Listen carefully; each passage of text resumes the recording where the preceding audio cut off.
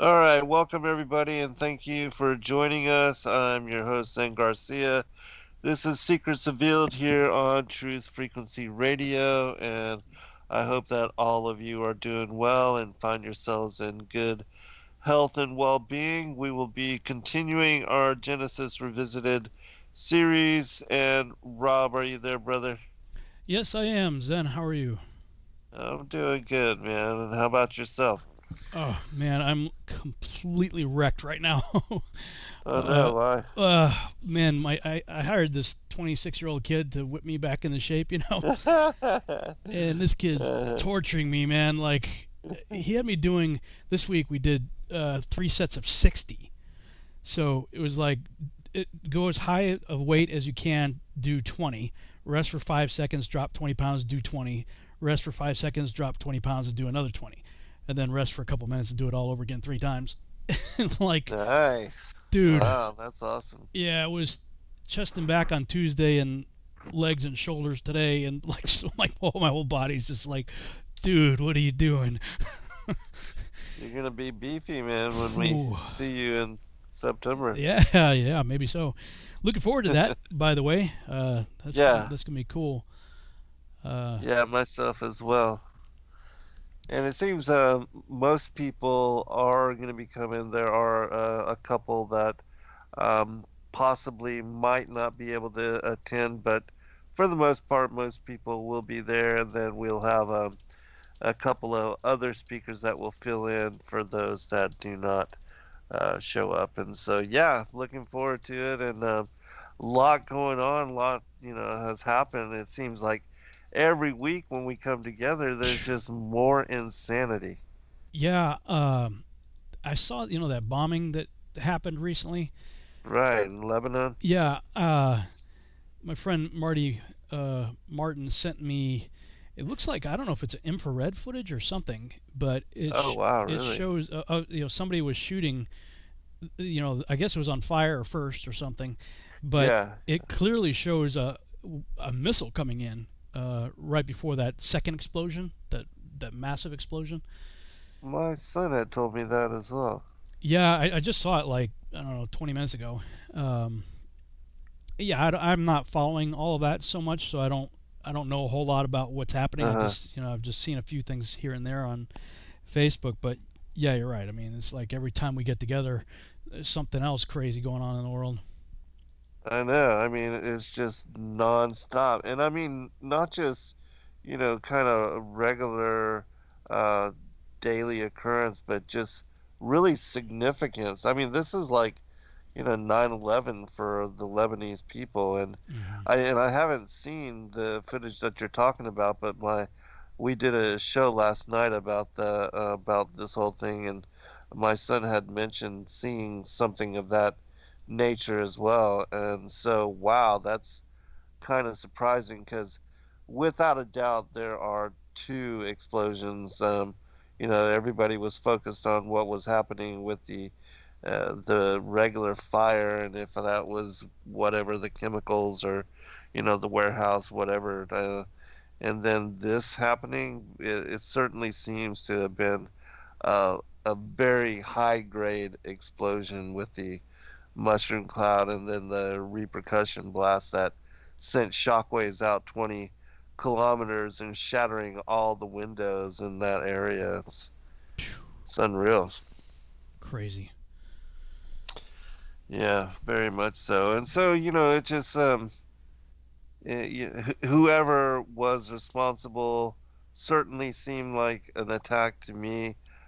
Trump did kind of say that in the press conference that he was having on the coronavirus, that he had somehow been briefed by his generals and that they also spoke of it as being an attack. And so, we don't know who's responsible or what the reasons are, but certainly it's not a good thing. They said that the economy of the people there in Lebanon, that the currency had lost 80% of its value in like a couple of months.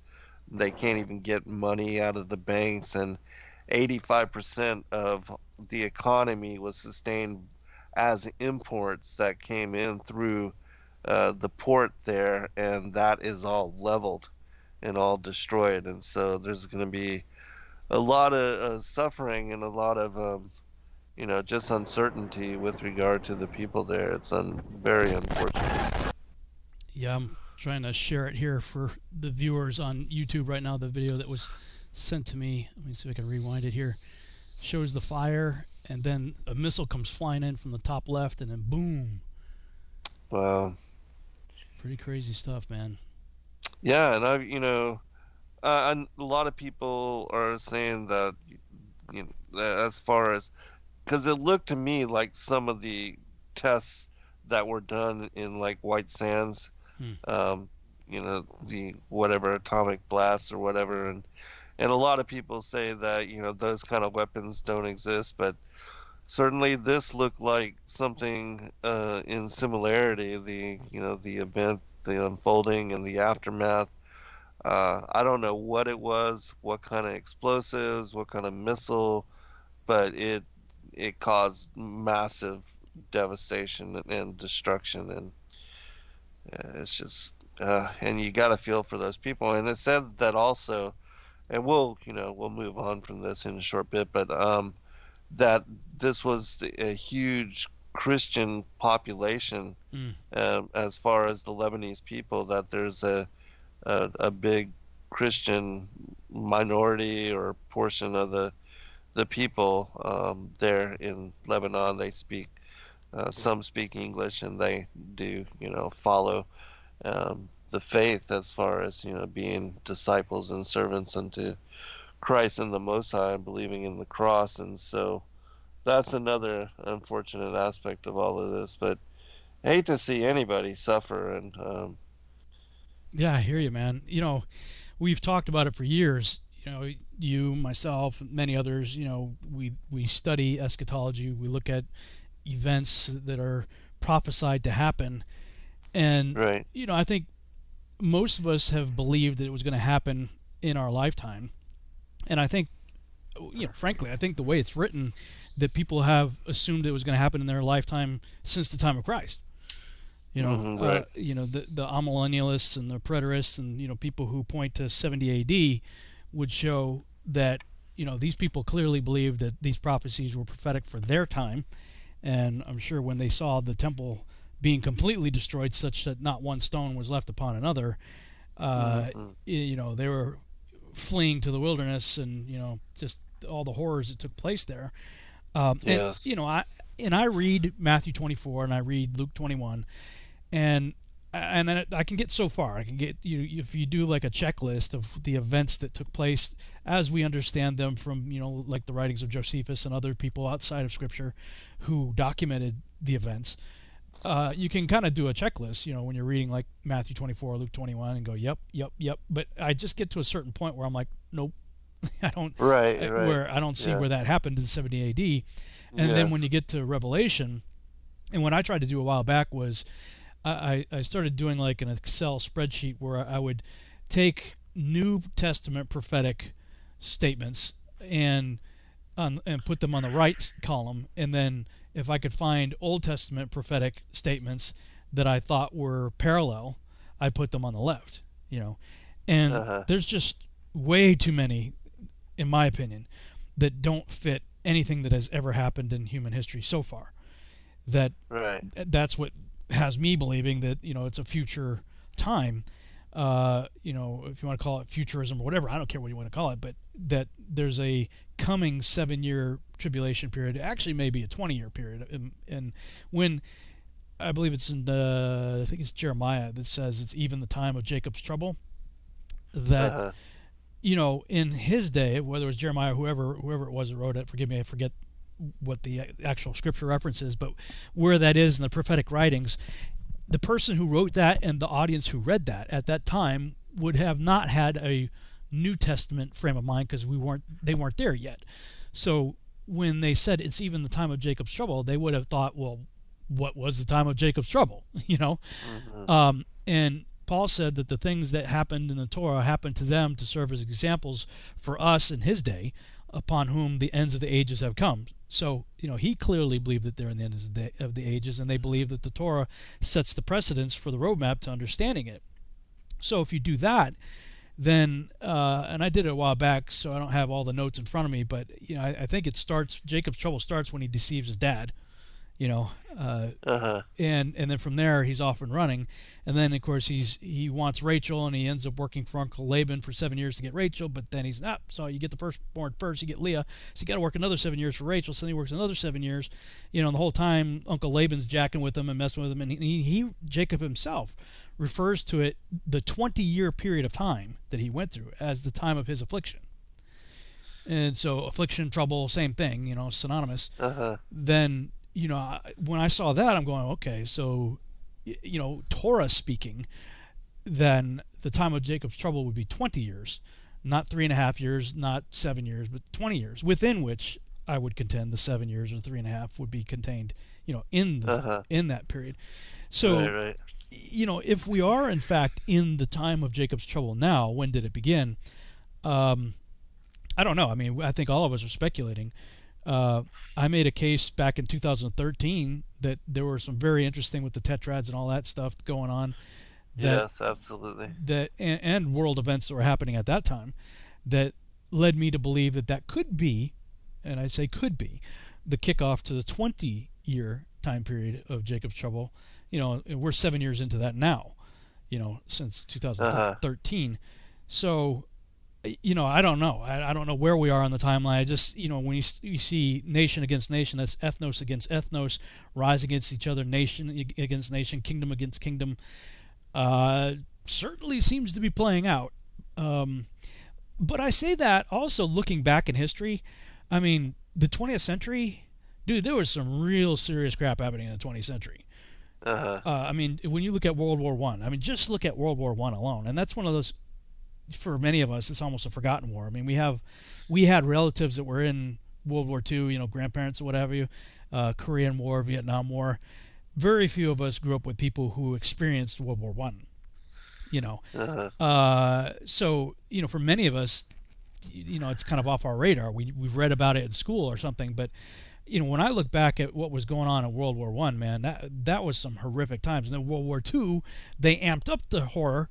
Right. And then you have both the Korean War and the Vietnam War and the civil unrest that was taking place there, and the race wars and stuff that was happening back then. I mean, we've been through a lot of crap before, and of course you got the Great Depression there in the 30s and the Dust Bowl, and so while things are looking pretty bad for our generation, I would contend that many generations before us had seasons when it looked really bad too. Yes. When you had the Black Plague, the Spanish flu, all Right. the pandemics that have happened in the past that wiped out entire, huge portions of the population. So I'm trying to be cautious in saying this is the end, this is the end, because when I look back, even just in the 20th century alone, and I would contend you could go back through centuries before that and find all kinds of stuff going on too. It was pretty horrific.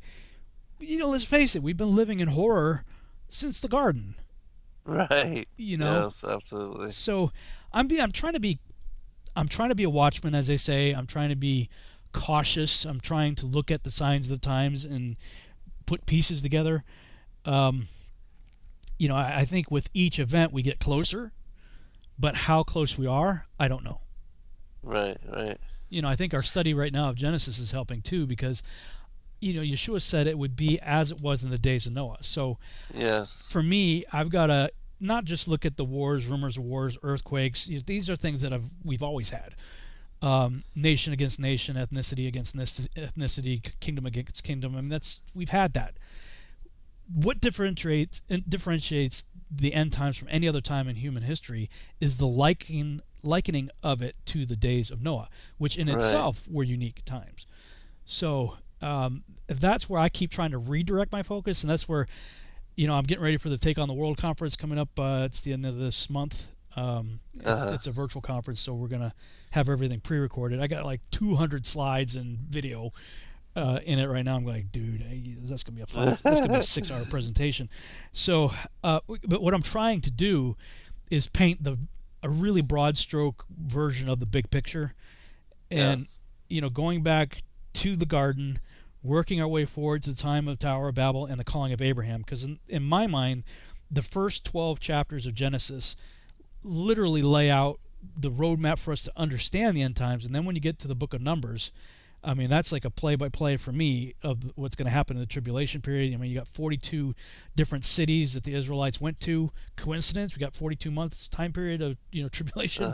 Yes. I just they have 1,000 from each of the 12 tribes that are called for men of war. Then we got 12,000 from each of the 12 tribes. In Revelation, there's just when you look at the plagues of Exodus and put them in a spreadsheet next to the plagues of Revelation, it's a direct parallel.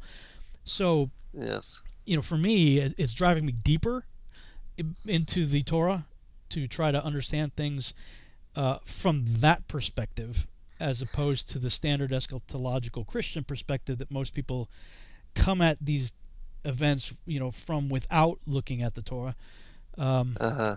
So that, I'm gonna do sort of a slightly different version of that for our conference. So for your conference. Right on. And I think I got two 1-hour sessions. I think I don't remember what my schedule Yeah. is, so I'm gonna have to significantly reduce things, and it's hard to pick a topic. Right, right. I don't know, but anyway, that's sort of my thoughts on all this, and that's why I think what we're doing here is timely and important. Yes.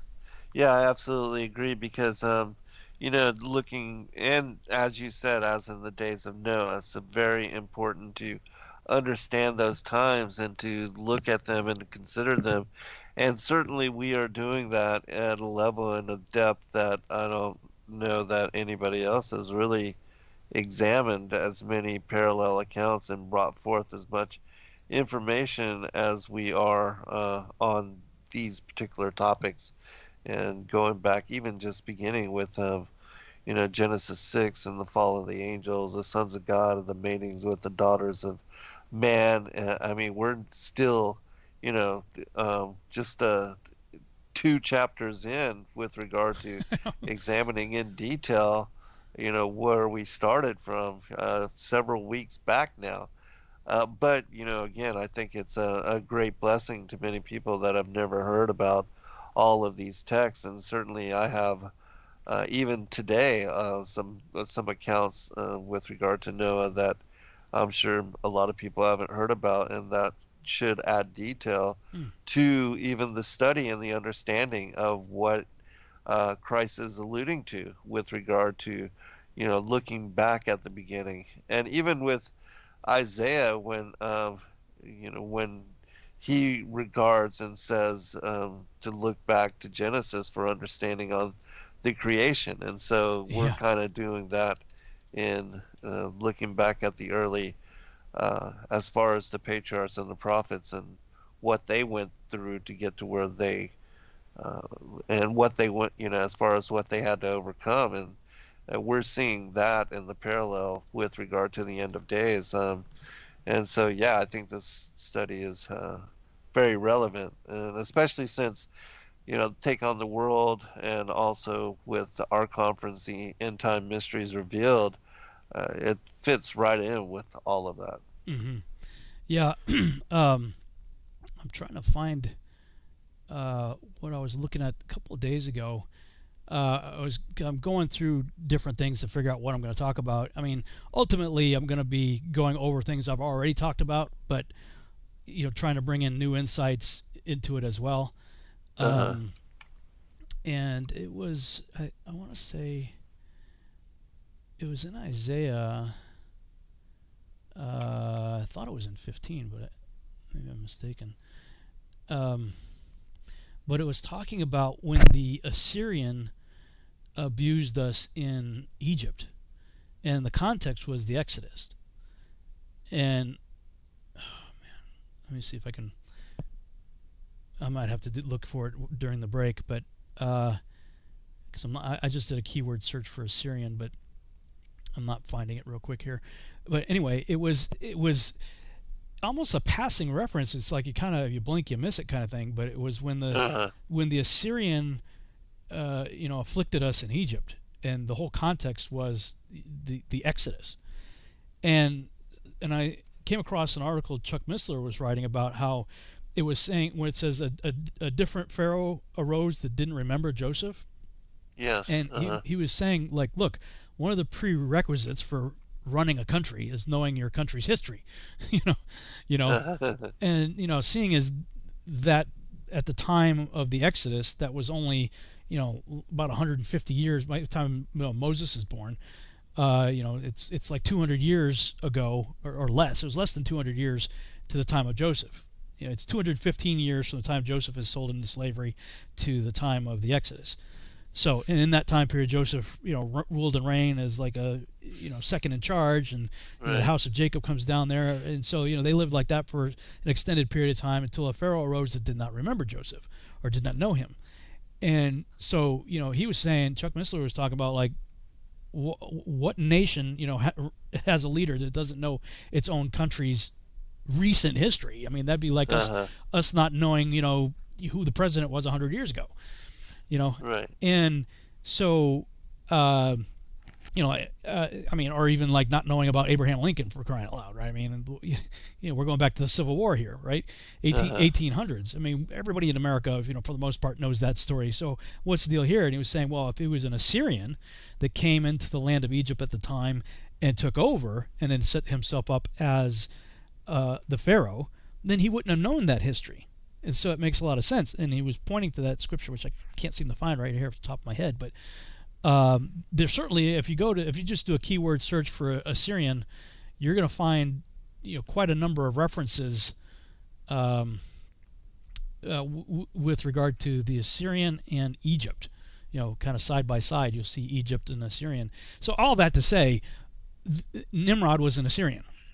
And so if we are in fact talking about an end times parallel for the Antichrist, and if the thesis is true that I hold to, that the Antichrist is in fact Nimrod, then I mean it's all over again. It's the Assyrian and Egypt. Just yet another parallel.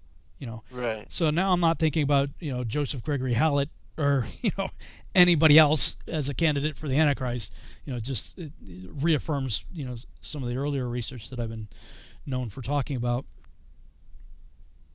Yeah, and the whole thing of uniting the world and having a common goal and being of one people, one tongue, one nation, all of that with the Tower of Babel, certainly the beast kingdom and moving towards the reign of the Antichrist, the one world system, religion, political, economic, all of that seems to be a replay of sorts of what went down during Nimrod's time. So something definitely to consider.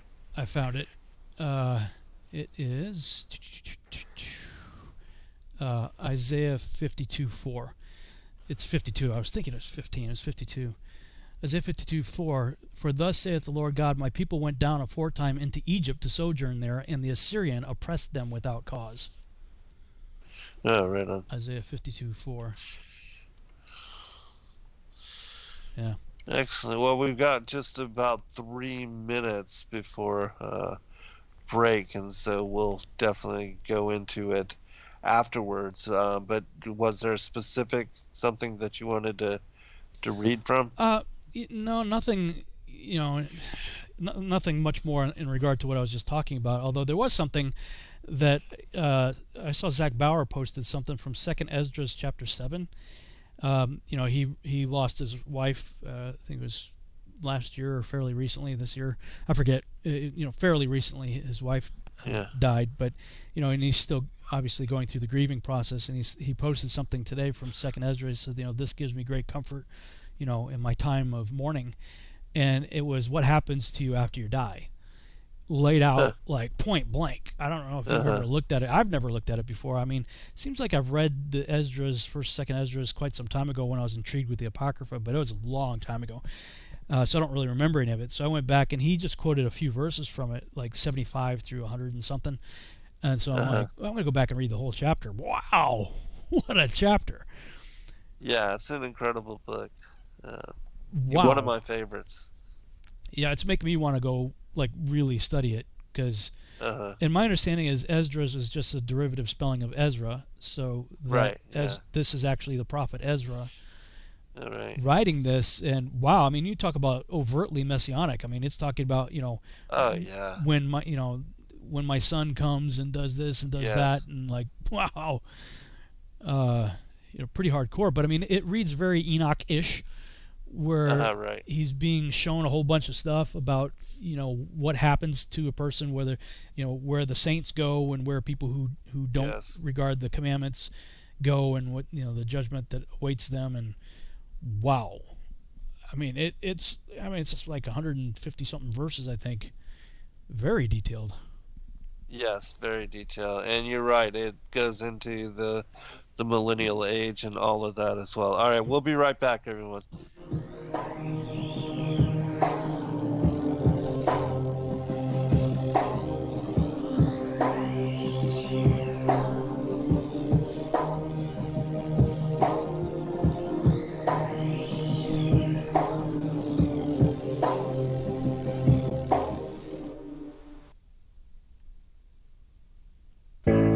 The reviews for Extendivite are amazing. Here are some from Amazon. September 2018. Extendivite works in keeping my blood pressure in the normal range. I've been using Extendivite for many years now. May 2018. Great product. I use regularly and I rarely get sick. March 2018. This product has relieved what appeared to be angina pain in my chest and shortness of breath after climbing stairs. I'm quite happy about it. February 2018. My husband, son, and I have been using this product for a few months now, and we have noticed an improvement in our joints and blood pressure. Tell us your story. Get Extendivite today. To order, call 1-877-928-8822. That's 1-877-928-8822, or visit heartdrop.com. Extend your life with Extendivite. This is iHeartRadio. iHeartRadio. iHeartRadio makes you want to move. When you have a great melody, a song to last forever. Instantly connected. I love it when the beat goes. Did you know you can listen to Truth Frequency Radio on iHeartRadio? Just download the app to your smart car, smartphone, or smart TV and get the best of TFR wherever you are. iHeartRadio. I'll see you there. So, you love talk radio? Then you'll love TalkStreamLive.com. TalkStream Live is always on, 24/7, with the best streaming talk shows. Find your favorite talkers and discover some new ones. It's free, readily available online or on mobile with any smartphone or tablet. Finding your favorite talk shows all in one place has gotten a whole lot easier. Just go to TalkStreamLive.com. Be sure to download the free apps from Google Play or the iTunes App Store. Travis Cook, America's Evil Genius, here to invite you to join us every Tuesday afternoon here on Truth Frequency Radio. No, on our show you will not see a bunch of three-piece suits or a cocktail party, and you certainly won't see a bunch of inside the Beltway banter. But you will see eye-gouging, crotch-kicking, no-holds-barred political discussion, the likes of which you won't see anywhere else in media. America's Evil Genius. We come to you every Tuesday from the outskirts of war-torn St. Louis, Missouri, where there's always a good race rioter sex scandal just around the corner. Join us every Tuesday, 3 p.m. Eastern, 2 p.m. Central, and noon on the left coast right here on TFRLive.com. America's Evil Genius, Travis Cook, on TruthFrequencyRadio.com. You are now tuned into the Truth Frequency. Your protection from deception. TFR. Truth Frequency Radio. And in those days, there were giants in the land, and the sons of the angels of God looked upon the daughters of men and found them fair, and took of them wives, and their sons became of old Greek men of renown. So they have been mixing with us on a genetic level since the time of Enoch and Ezekiel's will. Here on Earth, we're intrigued by the sun, moon, and stars, and imagine there's got to be planets like ours. So conceive of a face on the surface of Mars, so in need of a meaning and purpose we lost. And indeed they believe that these might be our gods, or that maybe with time we'll do right and evolve, and eventually reach what they seek, and then solve all the problems of man. But they really don't know that they fall, and the works of our hands are but just filthy rags. So we travel the lands to dig up our past time, our lapses, and with it are much of the facts. Some imagine that God's came in alien grass. All right, welcome back everybody for a second portion. As always, the time is just flying by quickly, and so you want to get back into the manuscript? Yeah, not sure where you want to start. I think we did a couple of chapters, or at least we did Josh or 6 last week. Maybe I don't know that we've done Jubilees, the parallel passage, or if you want to jump into Genesis 8 as a setup. I don't. It's up to you. Whatever you'd like to. Yeah, I'm going to read really quickly from this manuscript about the legends of the patriarchs and prophets about Noah, and then we can move forward and go on to Genesis 8 and all of that. But I'll just share this because this is another one of those that a lot of people don't know about, and it'll give us some insight into this story as well. So this is from the Noah portion. The earth being filled with violence, God resolved on its destruction, but Noah the just he purposed to save alive. On the words of Genesis, all flesh had corrupted his way upon the earth. The Rabbi Yohanan taught that not only was the race of men utterly demoralized, but also all the races of animals. Noah and his family and one pair of all the beasts of earth were to be saved in the ark. But of every clean beast 7 were to enter in. Falsehood has hastened to the ark and asked to be admitted. Noah refused. I admit the animals only in pairs, said he. Then falsehood went away in wrath and met injustice, who said, Why art thou so sad? I have been refused admittance into the ark, for I am single, said falsehood. Be thou my companion. See now, answered injustice, I take no companionship without prospect of gain. Fear not, said falsehood, I would spread the toils, and thou shalt have the booty. And so they went together to the ark, and Noah was unable to refuse them admission. And when the flood was past, and the beasts went forth out of the ark, falsehood said angrily, I have done my work and have caused evil, but thou hast all the plunder. Share with me. Thou fool, answered injustice, dost thou forget the agreement? Thine it is to spread the net, mine alone to take the spoil. At the time of the deluge, the giants were not all drowned, for Og planted his foot upon the fountains of the great deep, and with his hands stopped the windows of heaven, or the water would have risen over his head. Rabbi Eliezer said that the giants exclaimed when the flood broke out, If all the waters of the earth be gathered together, they will only reach our waist. But if the fountains of the great deep be broken up, we must stamp them down again. And this they did, but God made the waters boiling hot, and it scalded them, so that their flesh was boiled and fell off their bones. But what became of Og in the deluge we learn from the Talmud. He went into the water along with a rhinoceros or unicorn beside the ark and clung to it. And now the water round the ark was cold, but all the rest was boiling hot. Thus he was saved alive, whereas the other giants perished. According to another authority, Og climbed on the roof of the ark, and on Noah attempting to dislodge him, he swore that if allowed to remain there, he and his posterity would be the slaves of the sons of Noah. And thereupon the patriarch yielded. He bored a hole in the side of the vessel and passed through it every day the food necessary for the giants' consumption. It is asserted by some rabbinic writers that the deluge did not overflow the land of Israel, but was partial.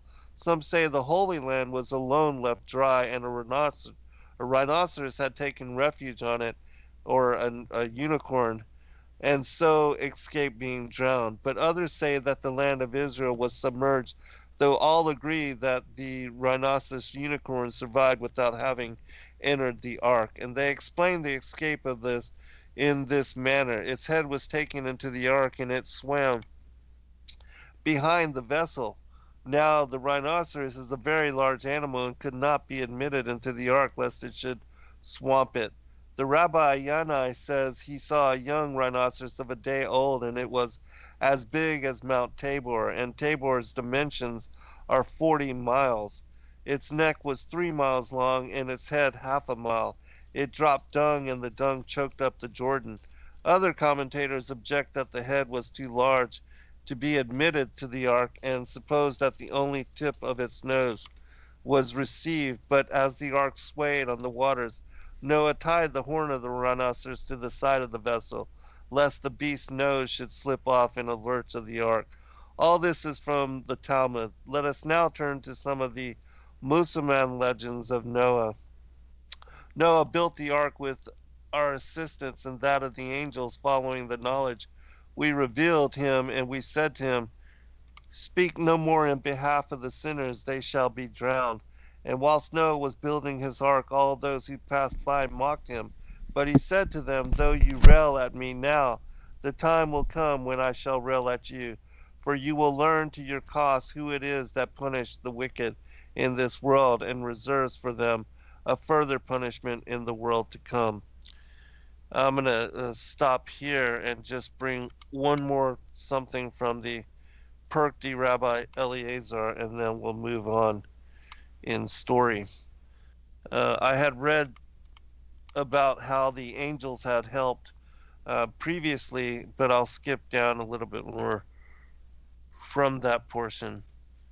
It says, Rabbi Manna said, when all the creatures had entered the ark, the Holy One, blessed be he, closed and sealed with his hand the gate of the ark, as it is said, and the Lord shut him in. Rabbi Meir said that one pearl was suspended in the ark and shed light upon all the creatures in the ark, like a lamp which gives light inside the house, and like the sun yonder which shines in his might, as it is said, a light shalt thou make to the ark. From the Targum it says, go thou unto Pison, and take from thence a precious stone, and fix it in the ark to illuminate you. With the measure of a cubit or a span shalt thou complete it above. Rabbi Zadok said that on the 10th of Marshavan all the creatures entered the ark, and on the 17th of the same month the waters of the flood descended from heaven upon the earth, for they were the waters endowed with the male principle. And they came up the waters of the depths, for they are the waters endowed with the female principle, and they were joined with one another, and they prevailed so as to destroy the world. As it is said, and the waters prevailed exceedingly upon the earth, and all the living things which were upon the face of the earth decayed, and every living thing was destroyed which was upon the face of the ground, except Noah and those who were with him in the ark. And Noah only was left, and they that were with him in the ark, except Og, king of Bashan, who sat down on a piece of wood under the gutter of the ark. He swore to Noah and to his sons that he would be their servants forever. What did Noah do? He bored an aperture in the ark, and he put through it the food daily for him. And he also was left, as it is says, for only Og, king of Bashan, remained of the remnant of the giants. And from the Targum of Jonathan, Genesis 14, it says, and Og came, who had been spared from the giants that died in the deluge, had ridden protected upon the top of the ark, and sustained with food by Noah, not being spared through high righteousness, but that the inhabitants of the world might see the power of the Lord, and say, were there not giants who in the first times rebelled against the Lord of the world, and perished from off of the earth? And Noah only remained, except Og, the king of Bashan, who sat on the beam of the ladders which projected from the ark, and swore to Noah and his sons that he would be their slave forever. Noah made a hole in the ark through which he had handed to Og his daily food. Thus he also remained, as it is said. That's the Perk de Rabbi Eleazar as well. Just a... Go ahead. You want to say something? Well, so, I mean, I've heard several of these before. People usually accuse me when I'm talking about Joshua or Enoch or anything like that of talking about Jewish fables.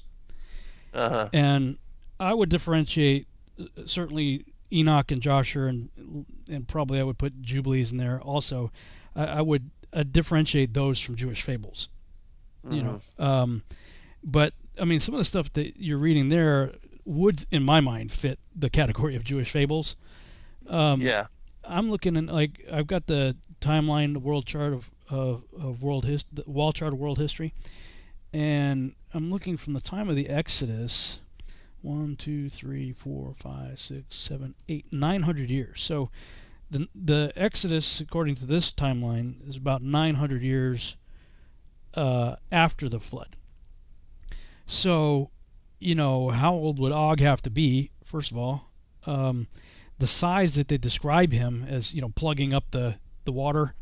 I mean, to say that he and the giants were going to try to stop the fountains of the great deep from breaking up, that kind of makes a little bit of sense to me. And, making the water really hot also makes sense to me, that those geysers would have been very hot. I don't believe he would have been certainly tall enough to reach the torrents of heaven that were opened up.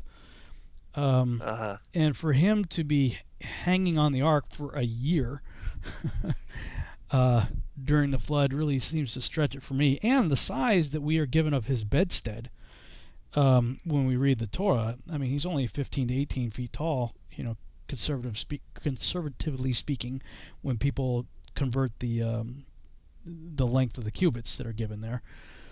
Right. Now it does say that he's the last of the remnants of the Raphaim, and so that begs the question: what's that about? What is that? And Raphaim, that's an interesting word, because it's like, we have many names for Yahuwah God, Yod He Vav He, Yahweh, Jehovah, but we also have like El Shaddai, El Elyon, other titles for the Most High.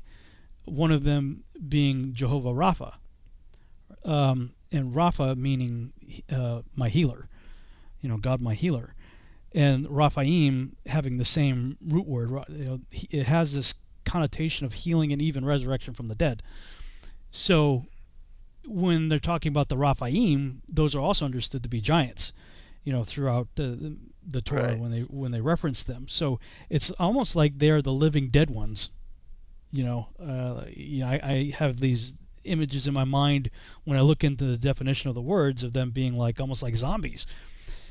So I don't know what to make of that. I mean, and with the unicorn / rhino being that massive, our first knee-jerk reaction is like, that's absurd, because of course, rhinos aren't that big. However, I'm sure you've looked into the mud fossil deal, and some of the people that are out there, I forget his name now, I think he's in Spain. There's a mountain range up there that, I mean, even on Google Earth, it looks like an elephant.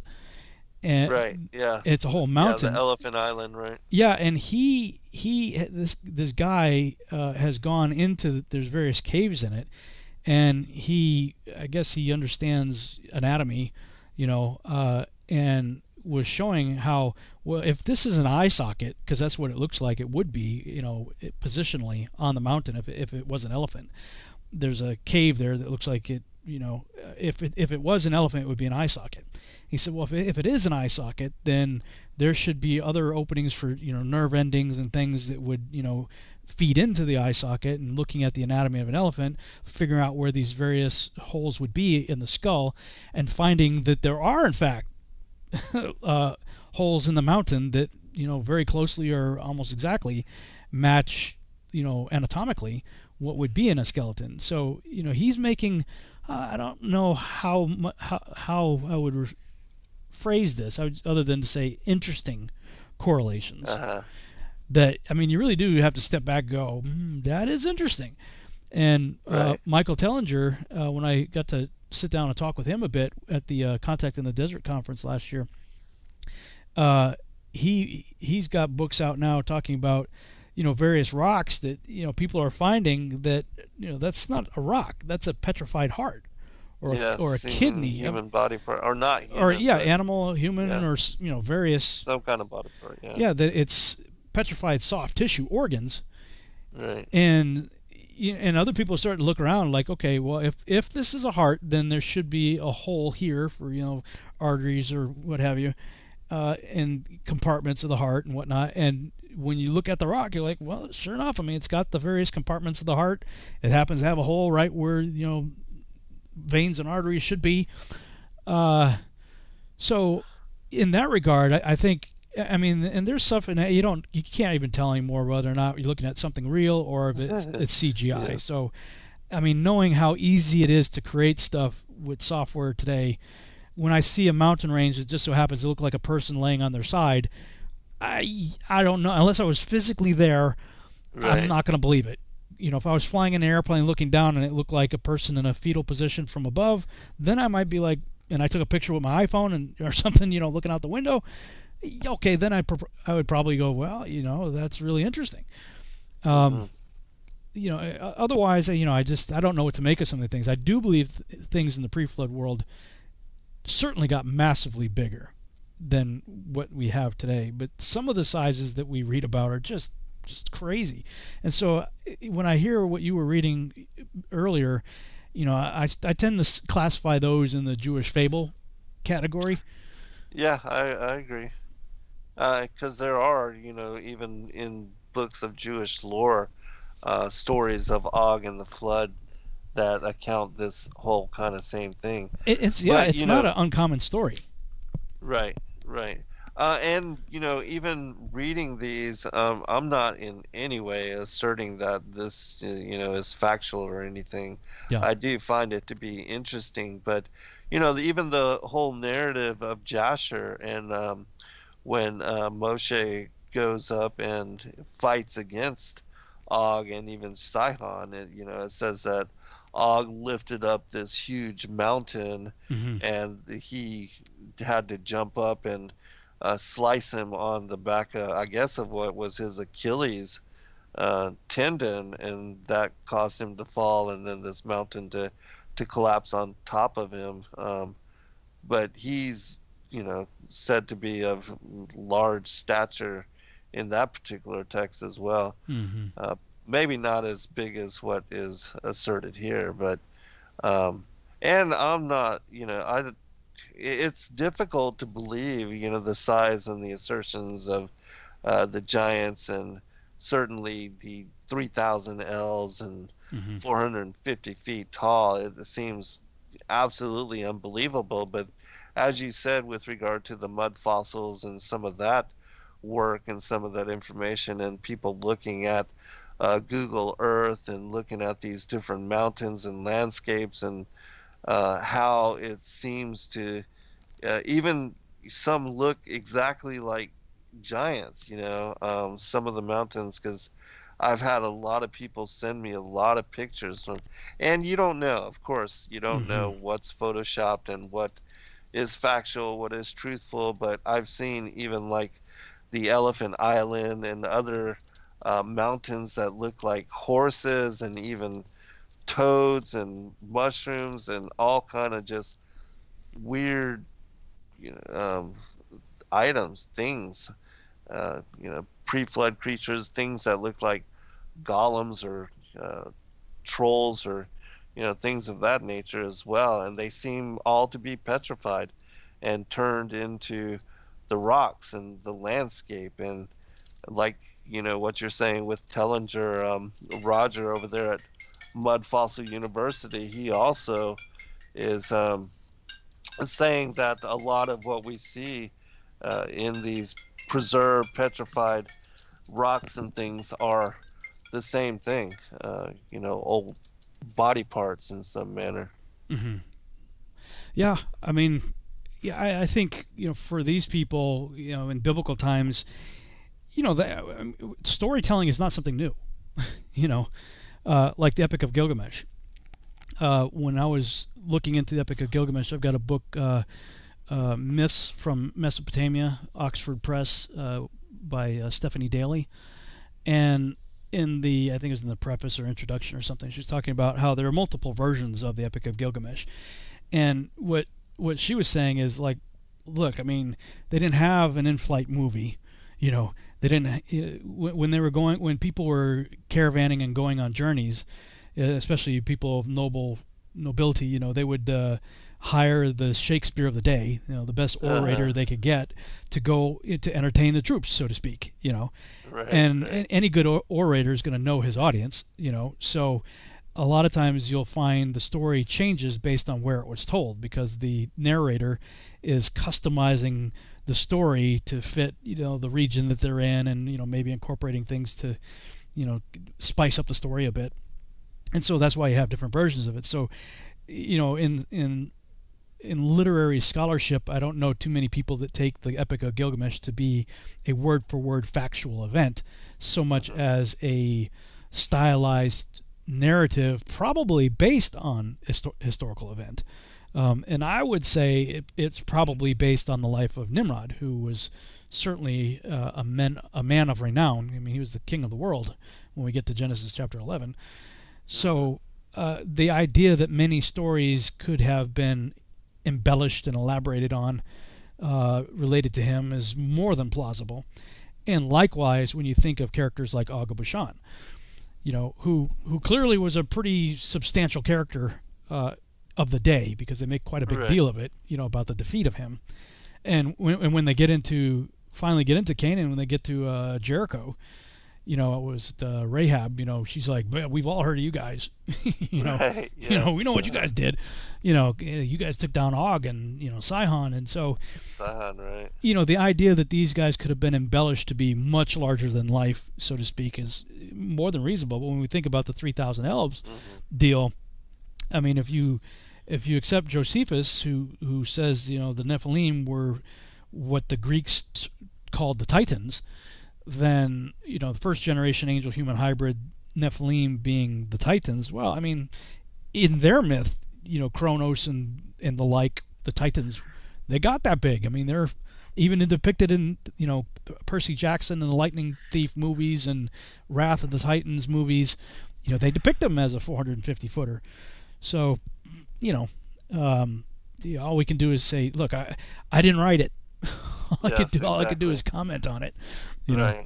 And remember the pictures, the Sumerians, where they are seated on their thrones, and, you know, you have these human servants coming before them. Even seated, they are much taller.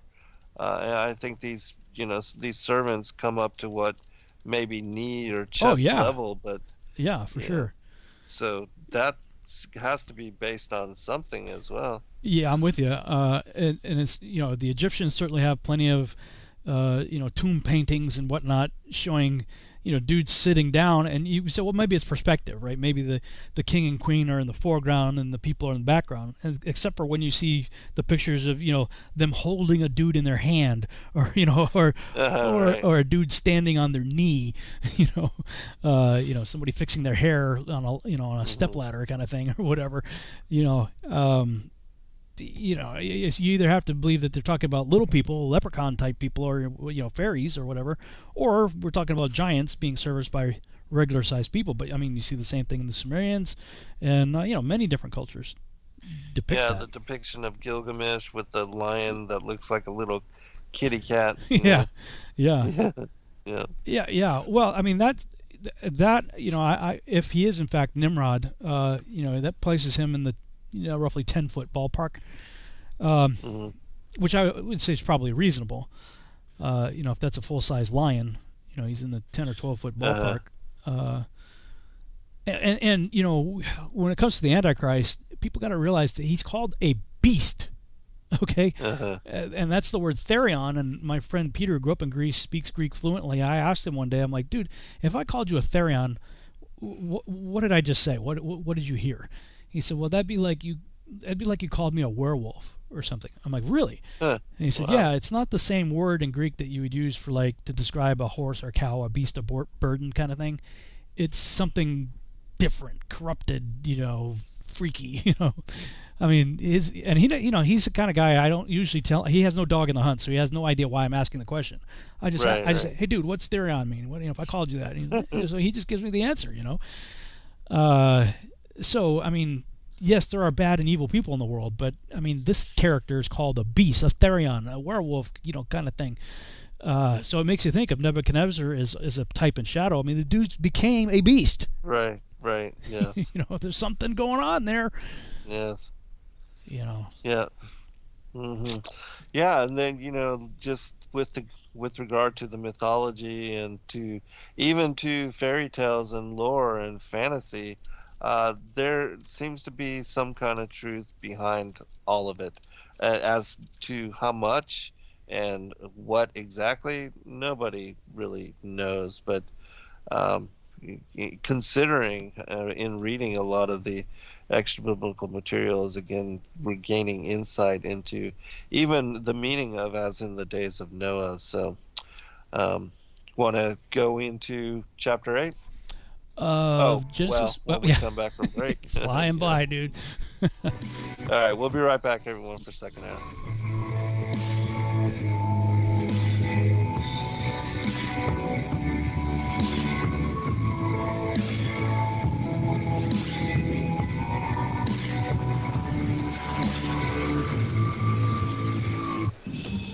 Truth Frequency Radio is your #1 source for news and information without the hate, hype, and fear.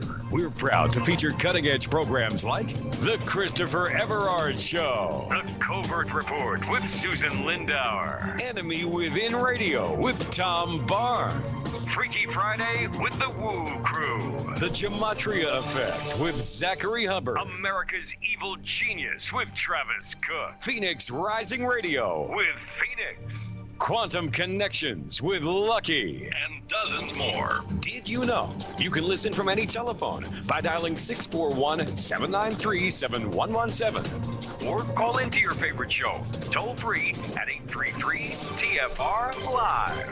Uncensored talk and news you won't hear in the mainstream media. Truth Frequency Radio, your protection from deception.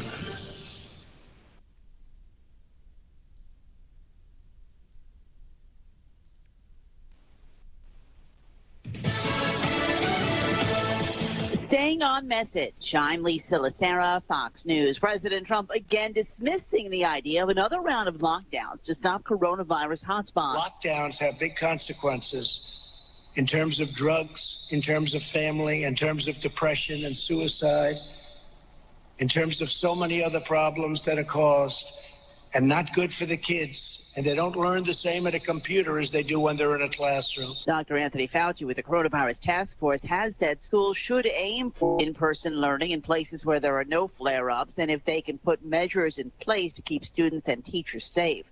Just hours before he was due to appear with President Trump, Ohio Governor Mike DeWine has tested positive for COVID-19. I feel fine, have a headache, but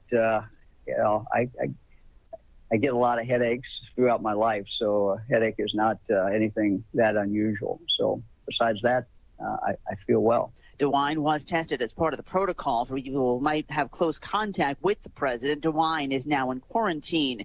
Some schools in Florida will be opening for in-person learning when the school year begins. Governor Ron DeSantis says sports is one of the reasons kids and parents want to get back to the classroom. I know a lot of parents really want to have the opportunity to allow their sons and daughters to compete and play in Florida.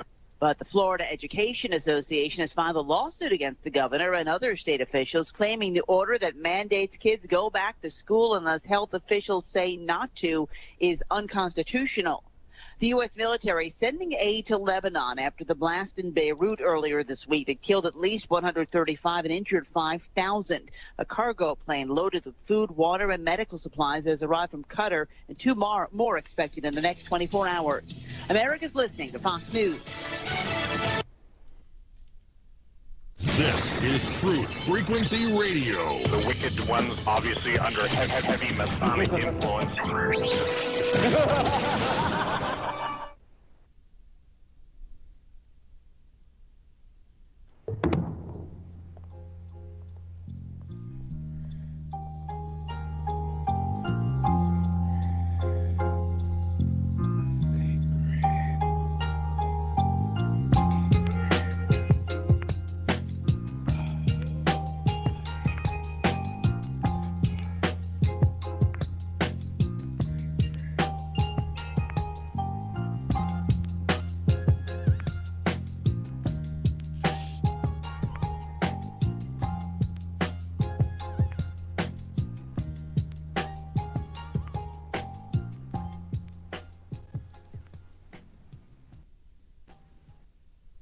All right, welcome back, everybody, for second hour. We are going to return to the narrative, and do you remember where we are as far as Genesis? Yeah. Yeah, as far as Genesis, we read Genesis 6 and 7. So we could read Genesis 8. We could read the parallel in Jubilees of Jubilees 5 and 6 if we wanted to go there. Yeah, I think the Jubilees 6 is quite interesting as well, since it speaks of, the times and as far as the calendar and Sabbath, all of that getting lost as well. So yeah, and I think Jubilees 5 talks a little bit about the torrents of the waters and stuff. As far as the mechanics of the flood. All right, cool. I'll follow your lead. So all right, I can read Genesis 8, and if you want to get queued up on Jubilees 5. All right, sounds good. Okay, let me switch over to Genesis 8. And God remembered Noah and every living thing and all the cattle that was with him in the ark. And God made a wind to pass over the earth, and the waters assuaged. That means came and went. And wind there, that's ruach, for those keeping track. Very similar to Genesis 1. He put this in the Spirit of God moved across the face of the waters, and the ruach moved across the face of the waters. Same thing here in Genesis 8:1. The fountains also of the deep and the windows of heaven were stopped, and the rain from heaven was restrained, and the waters returned. I think did we read this last time? Possibly. I was flipping through Jubilees, so because it seems like we read the bird thing, because he sends the bird to and fro. I mean, unless maybe that was in Joshua. Where does We've this? been reading so many accounts. No, we did read this. Well, because it ends with while earth remaineth, seedtime and harvest. So we did read that. So maybe we just jump into the Jubilees account, because from Genesis 9 forward, we're going to start getting into some really deep stuff in terms of lineages and things leading up to the Tower of Babel. So I'm pretty sure I read that already, because I remember the bird deal, releasing the birds and whatnot. Mm-hmm. So maybe if you want to read Jubilees 5, I can read Jubilees 6. All right, let me see. Okay. The building of the ark, the flood. That's the heading. That's it, right? I believe that's the heading. Yeah. I don't have a heading on mine, but yeah, I think it is. And it came to pass the children of men. Verse 21. And he commanded Noah to make him an ark, that he might save himself from the waters of the flood. And Noah made the ark in all respects as he commanded him. In the 27th Jubilee of years, in the 5th week, in the 5th year, on the new moon of the 1st month. And he entered in the 6th year thereof, in the 2nd month, on the new moon of the 2nd month, till the 16th. And he entered in all that we brought to him into the ark, and the Lord closed it from without on the 17th evening. That's interesting, because isn't it the angels that are speaking to Moses? Noah, Moses, about the Book of Jubilees? And it seems, because it says, as in the Targum, the Perkti Rabbi Eleazar, all that we brought to him. So that would indicate that the angels had brought the animals. Yeah, that's my understanding of Jubilees, is that it's sort of an angelic view of the events of the Torah. Yeah, so that would make sense, and this would be a third confirming witness that all the creatures were brought by the angels to Noah. Mm-hmm. All right, continuing, verse 24. And the Lord opened 7 floodgates of heaven, and the mouths of the fountains of the great deep, 7 mouths in number. And the floodgates began to pour down water from the heavens 40 days and 40 nights. And the fountains of the deep also sent up waters until the whole world was full of water. And the waters increased upon the earth. 15 cubits did the waters rise above all the high mountains. And the ark was lifted up above the earth, and it moved upon the face of the waters. And the waters prevailed on the face of the earth 5 months, 150 days. And the ark went and rested on the top of Lubar, one of the mountains of Ararat. And on the new moon in the 4th month, the mountains of the great deep were closed, and the floodgates of heaven were restrained. And on the new moon of the 7th month, all the mouths of the abysses of the earth were opened, and the water began to descend into the deep below. And on the new moon of the 10th month, the tops of the mountains were seen, and on the new moon of the 1st month, the ark became visible. And the waters disappeared from above the earth in the 5th week in the 7th year thereof. And on the 17th day in the 2nd month of the earth was dry. And on the 27th thereof, he opened the ark and sent forth from it beasts and cattle, birds, and every moving thing. So, I mean, what is interesting about Jubilees, although we've talked about it before, the dates don't always correspond with what we see in books like Joshua or even in Genesis. Dates are different, but I haven't taken the time, I don't know if you have, to connect these dates with what is spoken of in Genesis. This seems to give you a lot more detail than what Genesis does. Right. No, I haven't, but this one fits in with what I was reading from, it's either the Legends of the Jews or the Pirkei Rabbi Eliezer. They speak about the same thing, and there's the mention of the new moons in the 1st, the 4th, the 7th, and the 10th months, I believe. Yeah, that's interesting. And it says verse 29 there about and it's always on the new moon. That's kind of interesting too. That, right. Like he's actually starting and stopping events, on the 1st of the month. Yes, like the beginning of the month is on the new moon. Yeah. Right. And fountains deeps closed, and the floodgates of heaven. And we talked about that in an earlier broadcast too, when I was asking my friend, what does this word mean? And he's like, yeah, I think Hoover Dam. Like, that's like a big deal. Floodgates. We were looking at the Septuagint, the words used for the windows of heaven. He was like, yeah, that's like, yeah, that's floodgates, dude. I mean, that's like, it's not rain. Right. It's not clouds dropping rain. I mean, this is a physical structure opening up and massive, like you just imagine Hoover Dam breaking. That's the kind of water that's coming down here. And it talks about, in the new moon of the 7th month, so that would be Tishri 1, the mouths of the abysses of the earth were opened, and the water began to descend into the deep below. So water came up from the deep and then went back into the deep. Right. As well as obviously the windows of heaven issue. And let me see if I can pull up my Testing the Globe website. For those watching on YouTube, Testing the Globe, if you go to testingtheglobe.com, in the main menu, click on the More Resources tab, and then Enoch's Dome World. So the model that I've created, I call the Yahuwah Triangle. Not Yahuwah Triangle, that's a different video. The Yahuwah Terrarium, sorry. The Yahuwah Terrarium. Yeah, it's funny because I did the whole teaching. It's like a 10-hour teaching called the Yahuwah Triangle. And the first hour or two is all globe stuff.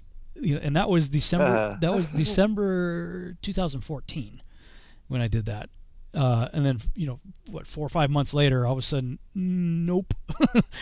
Right. I get into this and it's something completely different. But in the model that I created, I show a cutaway, and there are these boxes on the sides of it. And what I was depicting there was the storehouses of the deep. Because you would read references to storehouses of the deep, and I'm like, what is that? Because if the dome is like a bathysphere inside of water, so there's a pocket of air in it, and there's water all around it, the fountains of the deep all around the thing, and water comes in from above as a result of the windows of heaven opening. Where does the water go? Right.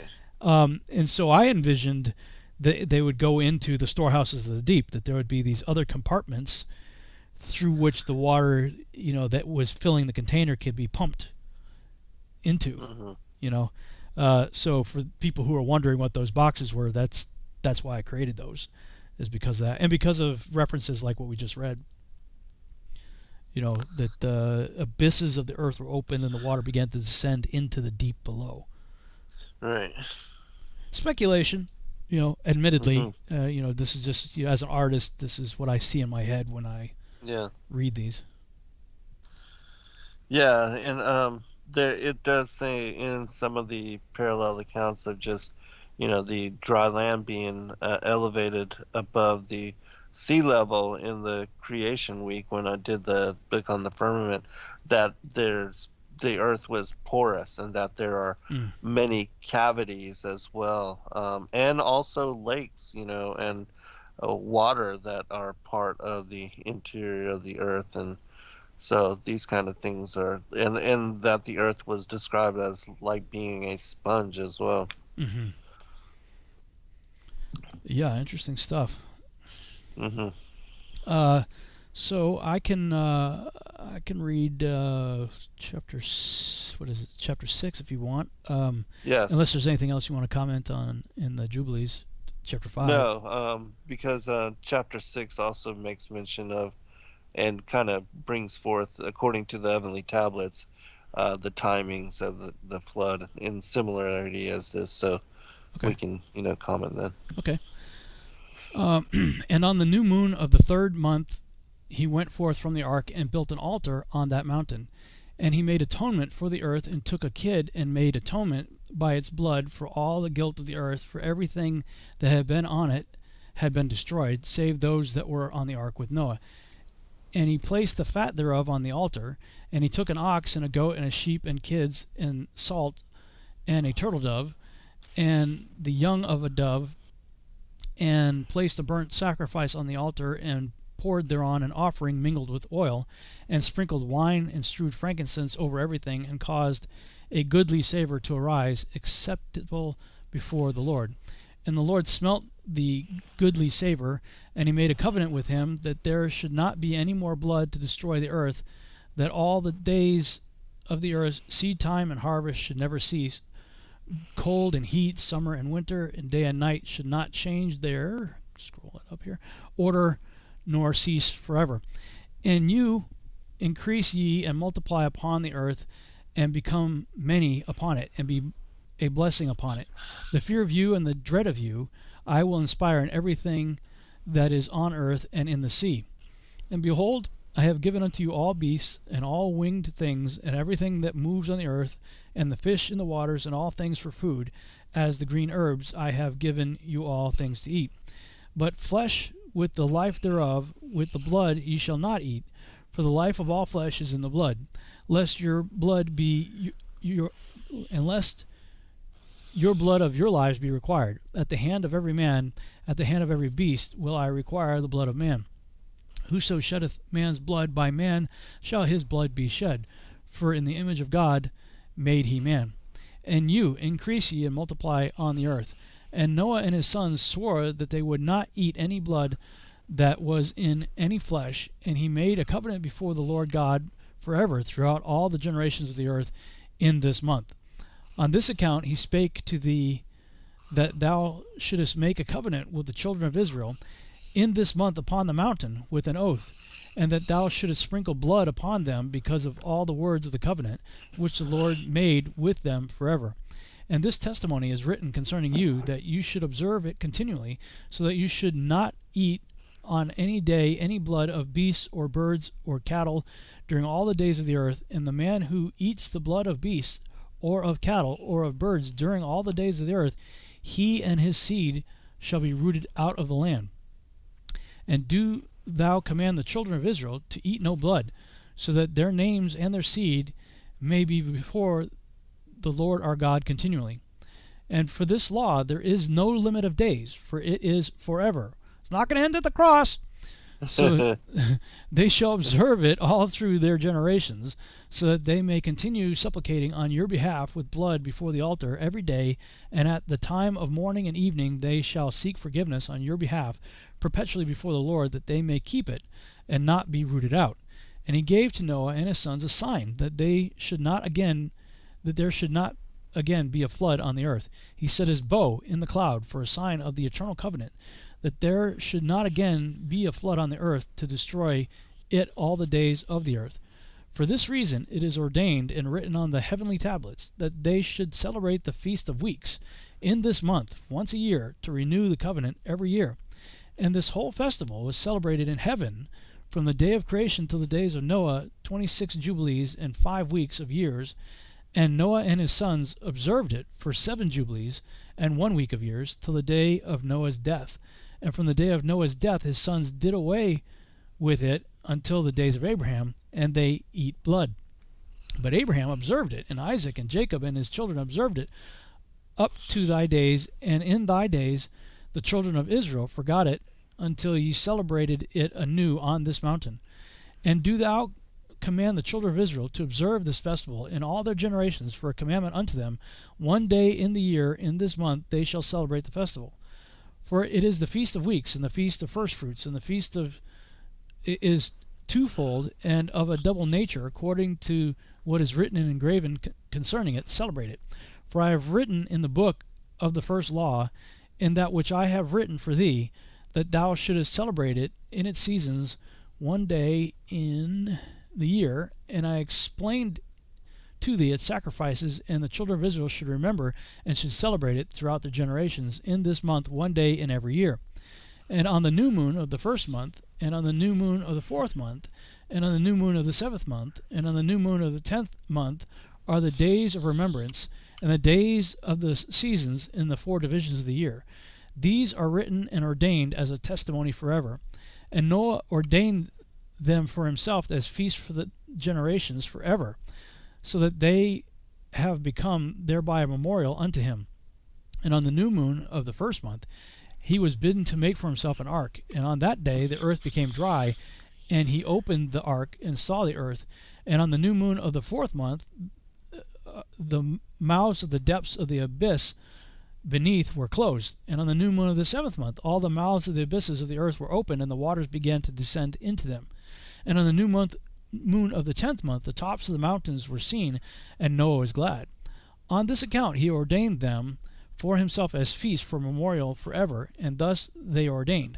And they placed them on the heavenly tablets. Each had 13 weeks from one to another past their memorial, from the first to the second, and from the second to the third, and from the third to the fourth. And all the days of the commandments will be 52 weeks of days, and these will make the entire year complete. Thus it is engraved and ordained on the heavenly tablets. And there is no neglecting this commandment for a single year, or from year to year. And command thou the children of Israel that they observe the years according to this reckoning, 364 days, and these will constitute a complete year. And they will not disturb its time from its days and from its feasts, for everything will fall out in them according to their testimony, and they will not leave out any day nor disturb any feast. But if they do neglect and do not observe them according to his commandment, then they will disturb all their seasons, and the years will be dislodged from this order, and they will disturb the seasons, and the years will be dislodged, and they will neglect their ordinances. And all the children of Israel will forget, and will not find the path of the stars, of the years, and will forget the new moons and seasons and Sabbaths, and they will go wrong as to all the order of the years. For I know, and from henceforth will I declare it unto thee, it is not of my own devising, for the book lies written before me, and on the heavenly tablets the division of days is ordained, lest they forget the feasts of the covenant, and walk according to the feasts of the Gentiles, after their error and after their ignorance. For there will be those who will assuredly make observations of the moon, how it disturbs the seasons, and comes in from year to year 10 days too soon. For this reason the years will come upon them, when they will disturb the order, and make an abominable day the day of testimony, and an unclean day a feast day, Christmas, Easter, and they will confound all the days, the holy with the unclean, and the unclean day with the holy. For they will go wrong as to the months and Sabbaths and feasts and jubilees. For this reason I command and testify to thee, that thou mayest testify to them. For after thy death thy children will disturb them, so that they will not make the year 364 days only. And for this reason they will go wrong as to the new moons and seasons and Sabbaths and festivals, and they will eat all kinds of blood with all kinds of flesh. Wow, stuff there. Yeah, it's a lot, and with regard to the calendar, there's mention of the 364 day, which is the solar calendar, also cited by Enoch in the book on the courses of the heavenly luminaries, and then there's the mention of the lunar calendar and how it comes in 10 days too short. And so it's my personal interpretation that the Jubilees is speaking about, in similarity with the book of Enoch, that you have to consider both the 364-day solar calendar and the 354-day lunar calendar and how they intercalate with one another, where you have to add this 13th month every, according to, what is the metatonic cycle, almost every third year or so, you just add this 13th month and it aligns the two calendars back in sync together. And I think that, the reason it makes mention of the new moons in connections, it shows that the new moons are the beginning of the months according to the calendar, which they may have been observing at that time. And that certainly looking at some of the older texts, even like the Legends of the Jews and the Perkti Rabbi Eleazar, and we talked about this when we talked about the other calendar stuff, that it seems to also link, like in the book of Enoch, he mentions the waxing crescent as being the beginning of the month as well, and that here all the new moons, and it's not full moon like some people believe, but the waxing crescent, which even the word kadosh is in verb, it means to repair or renew itself, which is exactly what the moon begins to do with the appearance of the waxing crescent. Mm-hmm. Yeah, I was a conjunctionist for a while when I first came into all this understanding. It was trying to understand, what is a new moon, what is all that, and I thought like 119 Ministries and a few others were making a compelling case for the conjunction, but the more I started trying to figure out how that would work, it needs to be as simple as a shepherd boy looking up in the sky and being able to discern things.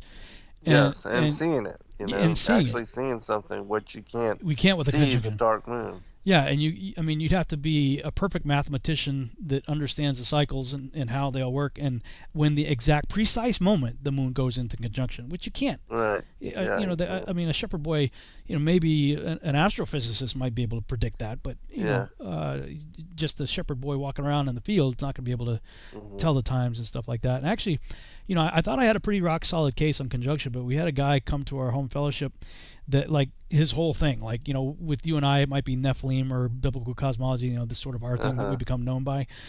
His thing was the calendar. And, like, for 30 years, the guy's been studying a thing. And he came, and for like 3 hours, I played the Yabut game with him, and everything. I'd be like, "Well, Yabut," and he would just slam dunk me with a scripture or some kind of reference. I'm like, by the end of it, I was like, "Okay, Uncle, I give, you win," and I crossed over to the crescent, and that kind of really helped me out a lot too, because I was having a hard time reconciling the birth of Christ with September 11th, even though the Cerularium clearly showed the alignment of Revelation 12, 1 through 5. The problem that I had was the moon at his feet was a new crescent. It wasn't a conjunction. And so when I finally converted over to the crescent, then Revelation 12, 1 through 5 was a perfect fit for September 11th, with the new moon at her feet, the perfect alignment being, Tishri 1. Tishri 1, with exactly. Yom Torah. Yeah. So, pretty interesting. Some people in the chat room are saying, Jesus' blood made all foods, all meat clean. That's simply not true. I would direct people's attention, if they want to learn more on that, to go to virtualhousechurch.com, and on the left-hand menu, scroll down to where it says Leviticus week 26, Shemini, and that gets into the dietary laws in the Torah, and then that page has lots of notes addressing the mistranslations, frankly, of Mark 7:19. and what this actually means, and the fact that even secular scientists who have no dog in this hunt, could care less about the Bible, much less the Torah, have proven that the same animals that the Torah calls unclean are bad for you. Right. Secular science even confirms this. You go figure, right? Yahuwah might actually know how he created the animals and how he created our bodies and what's compatible and what's not. What we should eat and what we shouldn't. Yeah, sorry, no. Yeshua's death on the cross did not change biology of animals and humans. And what's bad for you and what isn't. And you got hunters and people out there that sort of a tradition. It's like you kill your first deer and you drink the blood, or like the berserkers, drinking the blood of bears and stuff. Hold on, brother. Oh, we'll pick it up on the other side. We'll be right back, everyone.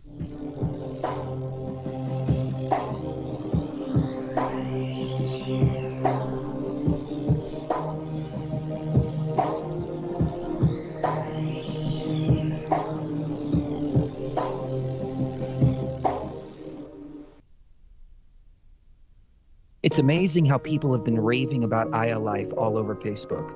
They've been posting their testimonials just because they want to get the word out because it's worked so well for them. If you're not familiar with Aya Life, it's a 99% pure CBD oil, but the secret is the synergy between the hemp and the ayahuasca vine, the non-psychoactive component of the ayahuasca tea. We recently received an email from a wife whose husband has Parkinson's. For the first time, he's been able to sleep through the entire night. Another customer reported that they're no longer using NSAIDs because their tennis elbow has been relieved with Aya Life. The reports have been phenomenal and much more than we ever expected. Everyone should have access to this. That's why if you head on over to ayalife.com right now and use coupon code TFR, we'll give you $5 towards your order. And we'll even ship it worldwide. That's ayalife.com, AYAlife.com.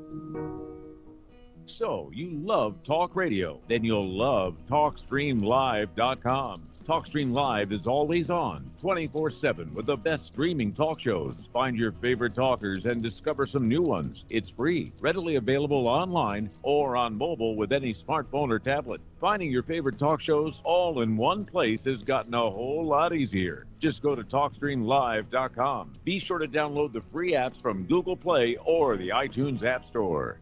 If you have hard water, the lime scale not only leaves white spots, it clogs pipes and breaks down appliances, costing you hundreds of dollars in energy and wear. Eliminate lime scale and other water issues like brown staining and bad odors with HydroCare water products, available from Wave Home Solutions. Wave's affordable water systems don't use salts or chemicals. You'll love the way your water tastes, smells, and looks. Satisfaction guaranteed. For more information, go to bestwater123.com. That's bestwater123.com.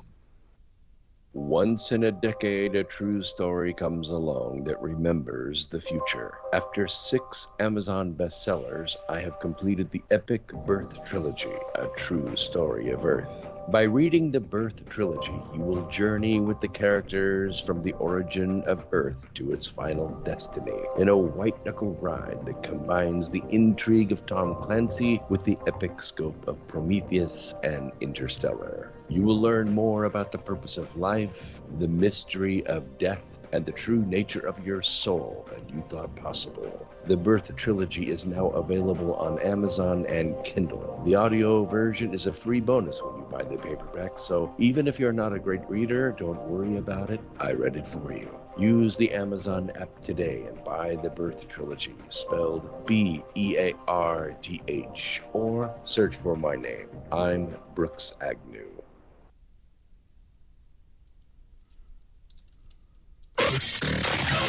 Real people, real radio. Initiating the truth frequency. This is Truth Frequency Radio.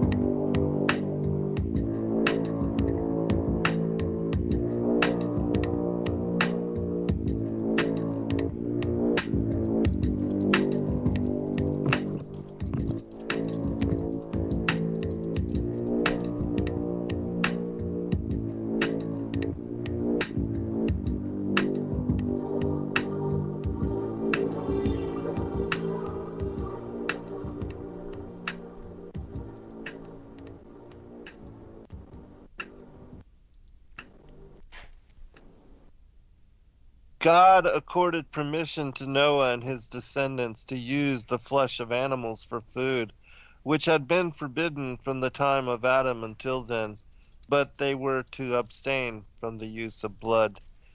I know you were talking about something when we had went to break in regard to blood, was it? Yeah, well, I looked back. I was doing some study on the berserkers, like during the early conquests and stuff, where the Romans were going up against the Germanic tribes and stuff, and like, I mean, that was a real deal. I mean, like they would kill like a bear and drink the blood, and like they'd go berserk. I mean, they and other cultures did this too. The Vikings and different people that were, they believed that they were taking on, and in fact, I believe that they were taking on, quote unquote, the spirit of the animal, because the life is in the blood. So, I mean, it's definitely not a biblical activity to be drinking blood of any kind. Right. Animal, certainly not human. So I mean, you got the vampires drinking human blood, and Luciferians and Satanists and people doing stuff like that. But I mean, even animal blood. So, for me, ultimately, I'm not preaching to anybody. I'm not telling anybody else what to do. I'm just saying what I'm doing for myself. So nobody needs to get their panties all bunched up here. I'm just saying that I personally got to the point where I just like, I'm not going to eat animals. I still eat fish every now and then, but for the most part these days I'm almost completely vegetarian. That is awesome, man. Good for you. Yeah, and I feel much better ultimately. When Rick Hummer and I were doing the balloon chasing stuff that we were doing when we were doing the high altitude balloon launches and stuff, it was by a chicken farm. One of those big industrial type chicken farms, and just the horrific smell. And not just the smell. I'm talking about the horrific conditions these poor animals have to endure, and just the method by which most food enters the grocery store is completely just horrifying. I mean, it's just like, look, I mean, I went over to John Pounder's house. So it was sometime around Passover, and they still had some lamb left over. Now, in this case, they actually raised the lamb. They had it out in their yard. Was well cared for, lived well in a nice open space. And they killed it humanely and cooked it, and I didn't have a problem eating that. But it's just that in principle, I don't have a problem with eating meat. But when I started looking at just the way the meat packaging industry is set up, and what the trauma, and I'm not just talking about the horrors of the GMO side of it, and the hormones and the shots and all the stuff that they pump these animals, to try to get them beefier or whatever, pardon the pun, beefier, but more bulked up, so they have more meat, and just, I mean, you're eating Franken food nowadays. I mean, it is just. So I mean, there's the whole aspect of the genetic manipulation, the Franken food, but just the horrific conditions these animals live in, and the experience that they have prior to being slaughtered, as they're watching others in front of them being slaughtered. I mean, you're eating all of that toxic fear. You talk about adrenochrome and stuff. I mean, the body exerts, excretes all these various fight or flight, chemicals. And I mean, you're eating that trauma, and after that trip, I'm like, I'm done. I can't do that anymore. And for those who are interested, there's actually a service that I found called trifecta.com. I think it's trifecta.com. And you can pick, if you want just your standard meat and potatoes, you can get that, or if you want, if vegan, if that's your choice, vegan. Prepared food or vegetarian food or keto food, you can pick what you want. And every week they ship it to my house, and it's all non-GMO, cooked by chefs, and all you got to do is heat it up. And so, I've been doing quite well on that. But all that to say, I started in my journey of Torah and coming off of eating unclean stuff, and then just making sure I'm not eating blood, and then progress from there to just like, okay, I can't support the current meat industry. So ultimately everything was vegetarian in the garden. After the flood, Well, the whole earth was destroyed. So obviously it's going to take a while, and we know as we're trying to grow a garden in the backyard, food takes a while to grow. So obviously they had depleted their food on the ark because they all ate it. When they got off the ark, the earth was recovering from being covered with water for a year. So it makes sense for Yahuwah to say, okay, now you can eat other stuff. But right. Within 800 years or so, you have Moses, and then he lays out, okay, this is what shall be food for you, and this is what should not be food for you. And we see in that portion from Jubilees that the angel's saying, you know what, here's the people who kept it, here's the people who screwed up, and after you die, even though you're telling the Israelites what to do, they're going to screw up again. Right. So.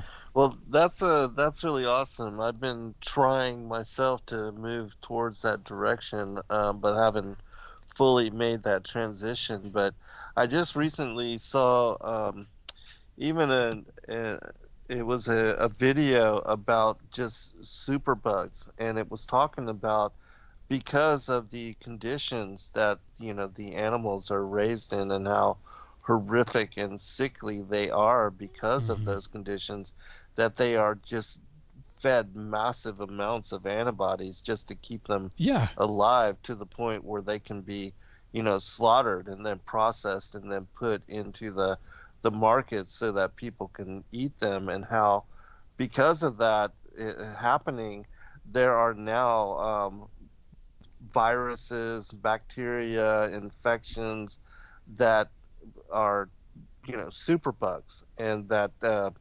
doctors and the medical establishments are unable to help people to get rid of them because of the overuse of antibodies in just the meat industry, and how it's causing as far as people's immunity and their health and their well-being, it's really affecting them adversely, and people don't even realize. And then a lot of the food allergies and things of that nature also come about because of the weirdness that as far as they will take all the remains of the slaughter of cattle and feed it to pigs. They don't eat like regular stuff that they would otherwise, but they're eating all of this leftover, and then they feed what is the slaughter of the pigs to chickens or whatever. And so it's just they are using the leftover remains of animals to be the food products for other creatures that should not be living on or even consuming or sustaining themselves on that type of consumption. And so it's causing the whole mad cow disease and all that kind of stuff. It's just weirdness. Frankenfoods is exactly right. Yeah, I mean, it is. I mean, the conditions are. I mean, all you have to do is look into it. Anybody out there, you just look into it. I mean, it is so horrifying. I mean, it's unbelievable. And so I'm like, nope, I just can't do that anymore. The website was trifectanutrition.com, and I actually put a referral link in the chat room if anybody's interested in checking it out. Cool, yeah, I'm gonna check that out. And it's really good portions too, man. I mean, I calculated how much money we were spending at a grocery store, and it's pretty comparable because we try to eat organic as much as possible. Right. So, shopping at organic places for food. And so, calculating what I was typically spending, a place like Sprouts is a place that we go to. It's a organic place. Right, yeah. It was comparable in price. And so like every Thursday, it's either Thursday or Friday, I get a box, shows up at my door, and it's all there. And it's, so if you're counting calories and all that stuff, that helps too, because it tells you right on the label exactly how much protein and calories and whatnot you're getting, and you can choose the different meals. So that's the solution that's been working for me. But I mean, it is interesting. That this stuff was all the way back, and the angels trying to tell all this stuff to Moses. About what's going to happen. Mm-hmm. Right. Yeah, and how everything would get off kilter as far as even the Sabbath, the calendar, even the cosmology, and now everything is so turned upside down. The holy days are now holidays and mixed in paganism, and yeah, most people are unwittingly supporting in mainstream churches, what is paganism? I mean, they even celebrate Halloween. I know. They eat ham. Halloween being all a these fall things. festival, I mean, they'll because the churches they'll recognize Halloween as blatantly pagan evil, right? So then what do? They'll have fall festival. It just so happens to fall. Right. Harvest festival. Yeah, harvest festival just so happens to fall on the same date as Halloween does. Halloween. Meanwhile, they are dismissing the actual fall feast. Yes, exactly right. I mean, I believe that we're not held accountable for what we don't know. Yes, I agree. So myself included. I mean, most of us have played the game. Dude, I was a mall Santa. Okay, I toured the country with Alvin and the Chipmunks on the Christmas tour, and played Santa Claus. Yes, I had to use a lot of fat pads to pull that off, but I mean, we played the game. Christmas was like one of my favorite times of the year. I used to love it. And I wrote, direct, and played Jesus and Passion plays from Good Friday to Easter Sunday. I did all that stuff, and all the time I'm thinking I'm serving and honoring the God that I claim to believe in. Right. What really broke my heart is the Pharisees came to Yeshua and said, give us a sign. He's, well, the only sign you're going to get is the sign of Jonah, 3 days, 3 nights, and. You can't get 3 days and 3 nights from Friday to Sunday. I mean, that's some seriously fuzzy math there. You can't, even core math isn't going to give you that, So what broke my heart is, all the times I was doing all that, I was actually denying the only sign he gave. Right. But as I became aware of these things, and as I did the research for Babylon Rising, and all that, and seeing how much of it goes back to Nimrod and everything, I'm like, okay, now I know. And now that I know, I'm going to be held accountable. So right. If people want to know why I get so passionate about it, is because I know. And now if you're listening to us, or at least you know enough to look deeper, because, man, I mean, this stuff's serious. He says, come out of Babylon. Why? So you do not partake of her plagues. Right. A Christian is not appointed unto wrath. Well, that's true. Babylon is. But what's going to happen if you stay in Babylon? Mm-hmm. Yes, exactly. You're going to get what's not appointed to you. Yeah, held accountable. Yeah, so, I mean, that's why I get pretty passionate about it. And there it is, right there in Jubilees. We just read it. Yes, exactly. They're going to trade the holy for the profane. Right. Yeah, I tried the link, and it's saying something about private on the browser, but I'll try it again on a different server later. But yeah, that's really amazing. So how long has it been for you as far as being mainly vegetarian and all? Well, I was coming off of that page. Well, like I said, was it 2016, 17 when Rick and I were doing all that running around? Yes. Mm-hmm. So it was in that season that I began to make the shift. I had actually done it for quite some time when I was younger. In my 20s, I was almost exclusively vegetarian. In my 20s for a while, and then kind of got off of it. Because look, I mean, I like steak and everything just like most people do. But I got real intentional about it over the last, I would say, year and a half, probably.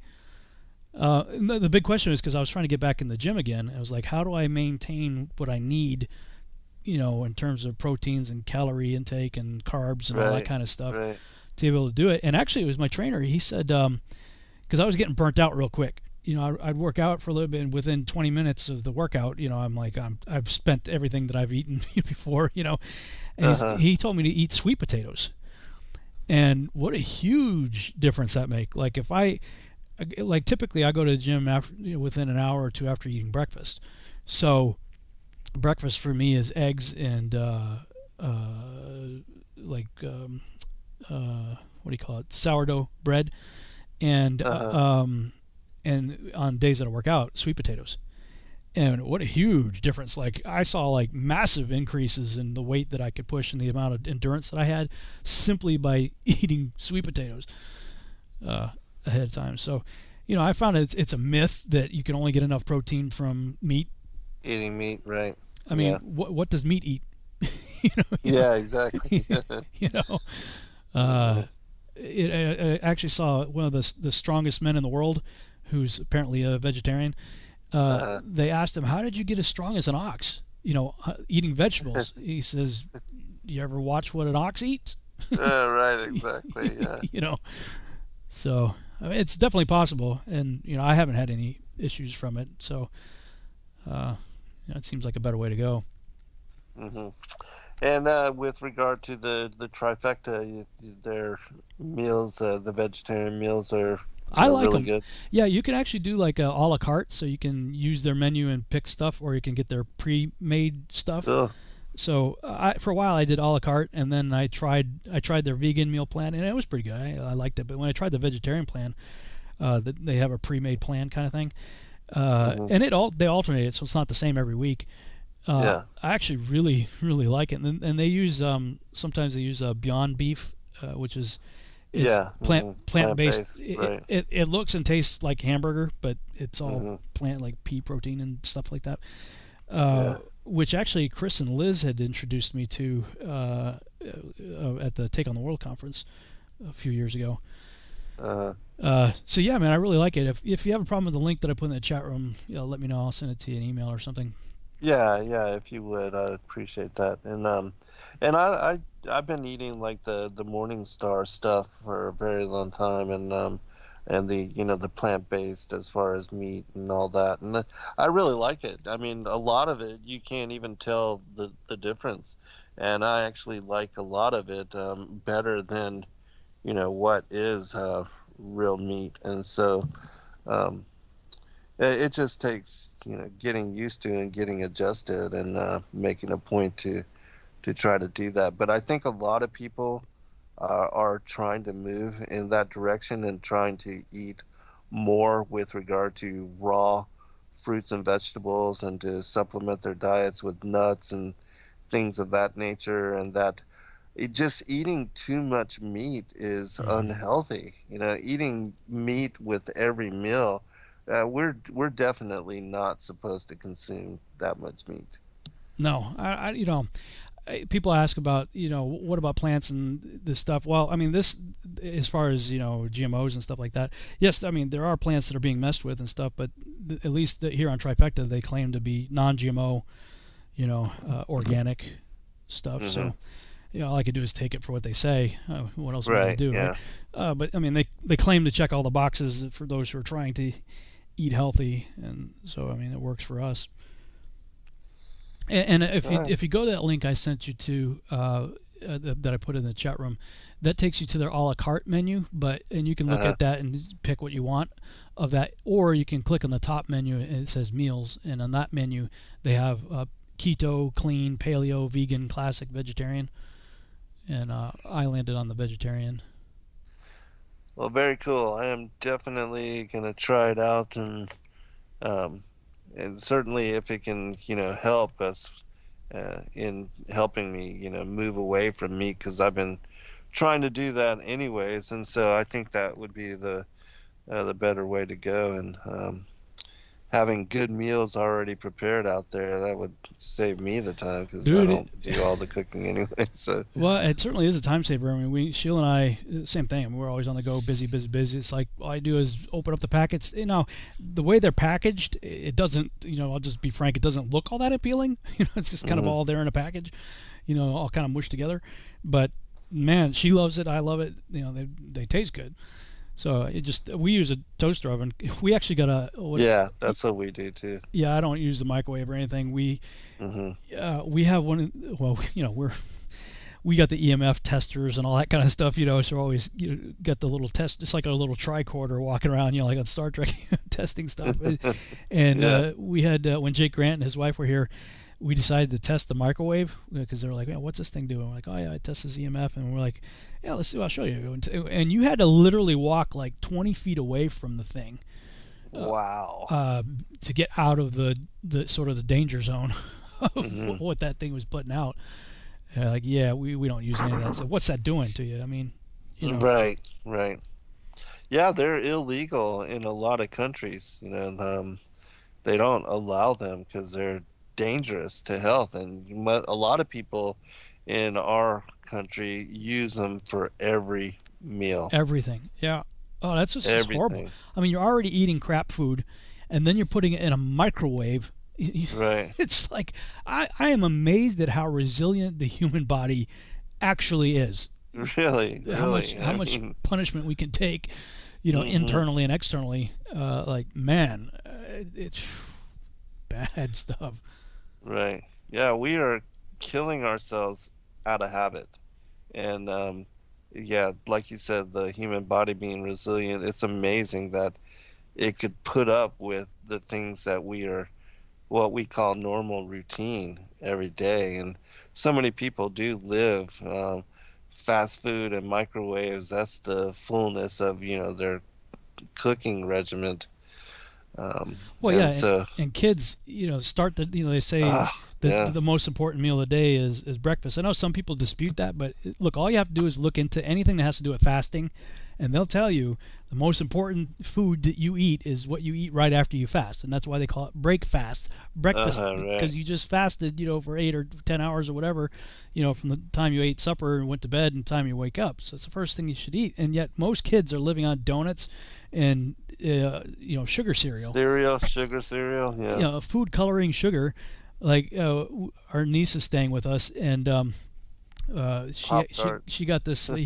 She got this like it's like a Fruit Loop knockoff kind of thing, and it says on the back, you know, it says, you know, most important meal of the day. A well-balanced meal is the most important thing, you know, for health and survival. And it's so it has this right on there, and it says, now let's play the balancing act, and there's some kind of little game that the kid can play on the back of the box. It's like, what? You know, because they have to get away from they put in the thing that you need to have a balanced meal, and the fact that the box is full of, you know, food colored sugar. Right. And they make a game out of it. The balancing act is this, you know, game that you can play on the back of the box. It's like, what? Oh my gosh, yeah. Unbelievable. Yeah. And you know, that's a lot of the ways that kids are raised, and they don't know any better or any different. And you know, like we said with regard to Pop-Tarts and things, you know, really sugary cereals. I mean, I can't eat those kind of things. Not only because they're just overwhelmingly sweet, and I don't do a lot of sweets or anything, but it's just doesn't taste good when you move away from that kind of stuff, you know, that's overwhelming to your senses, and how you could find and take care of your hunger with that kind of stuff. It just doesn't make sense. And even like people that drink all the sugary drinks and sodas and never drink water. There's a lot of girls that work for me that never drink water, and I don't know how they sustain themselves. It's crazy to me. It's a miracle. I mean, I know people like that too that don't drink water. You know, they drink various juices and things. I mean, they're getting a minuscule amount of water probably squeaked out. You know, their kidneys are working like, okay, maybe I can squeeze a little bit of water out of whatever it is that you just consumed. Right. But you know, like primarily that's what I drink, alkaline water. That's like that's the prime. I'll drink some other things too, but that's my primary drink that I will drink. That and coconut. Mm-hmm. Sheila got me on coconut water. I love coconut water and aloe water. And aloe water, yeah. The coconut has really helped me. You know, if people look at some of my older videos where I show my hands shaking, not like Parkinson's shaking, but like if you put your hands together and you apply pressure, like my hands would be really shaky. And like I could lift the same amount of weight as I've always been able to, but whenever I would lift it, like my muscles would be shaking like crazy. The only thing that I did was increase potassium and magnesium. And of course, coconut water has potassium, and then I was taking magnesium supplements and eating bananas, and that made a huge difference. And other things, people are magnesium deficient, and we're like so deficient in like everything. Yes, really. Yeah, really, we are. Yeah, so crazy. Well, we kind of derailed the topic, but I think it's something to talk about because yes, this is what was talked about here by the author of Jubilees, whoever you want to say it was, saying that these things are important. So, it's all part of it.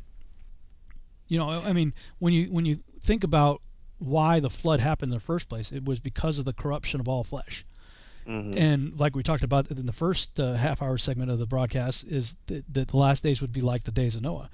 And part of that being the corruption of all flesh. Well, it's our diet is corrupting our flesh, vaccines and all this, all kinds of GMO, that's all corrupting us. All right, brother. Another good show. We'll pick it up next week on yours. All right, bro. Take care. God bless all. Good night. Shalom. Shalom.